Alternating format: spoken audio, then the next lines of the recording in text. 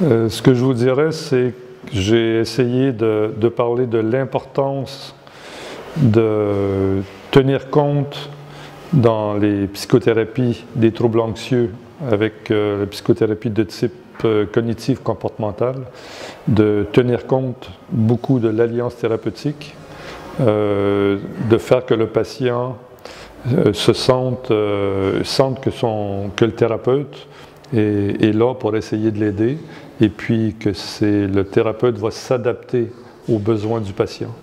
Parce que même si on fait une psychothérapie qui jusqu'ici a été démontrée comme efficace, qui est bien validée empiriquement, on sait que ce qui est le plus efficace dans cette psychothérapie, les TCC, c'est une bonne alliance thérapeutique avec le patient. C'est pas les TCC, les thérapies cognitives comportementales ne sont pas un ensemble de trucs ou un ensemble d'outils qu'on peut utiliser n'importe comment et puis sans tenir compte du patient. Okay.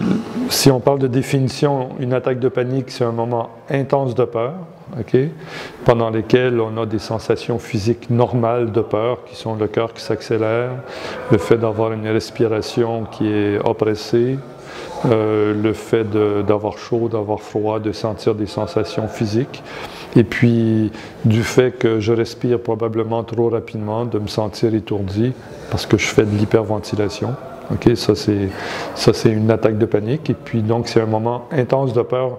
La peur monte très rapidement, ça dure quelques secondes, quelques minutes et puis ensuite ça diminue.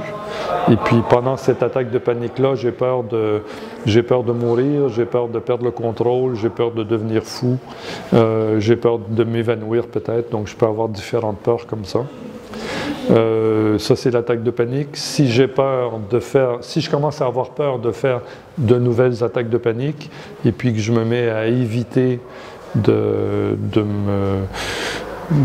par exemple, de me retrouver dans certaines situations où, par exemple, si j'ai peur de faire une crise cardiaque, okay, quand mon cœur s'accélère, pas parce que je suis cardiaque, mais parce que j'ai peur de faire une crise cardiaque, donc simplement de l'anxiété.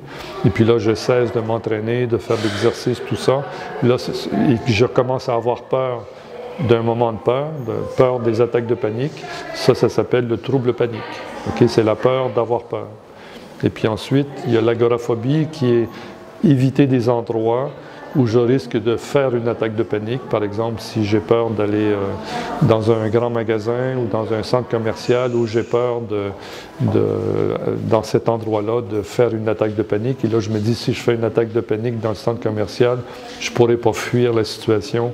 Personne ne va venir à mon secours, donc je ne vais pas y aller. Ça, c'est l'agoraphobie. Et puis le TAG, c'est ce qu'on appelle vulgairement la maladie des inquiétudes. C'est avoir l'impression que, si vous voulez, l'impression que je suis constamment en train de m'inquiéter et puis que ces inquiétudes-là sont tellement importantes, tellement intenses que j'ai l'impression de ne pas pouvoir les contrôler. Okay? C'est comme si je suis continuellement en train de m'inquiéter, de penser au futur, d'imaginer le pire pour moi, pour mes proches. Okay? Et puis que ça, je ne peux pas m'empêcher de le faire. Donc, pendant le jour, au moment du coucher, ce qui fait que j'ai de la difficulté à me détendre, à me relâcher, et puis ce qui amène un moment, une tendance à être anxieux trop souvent, trop longtemps.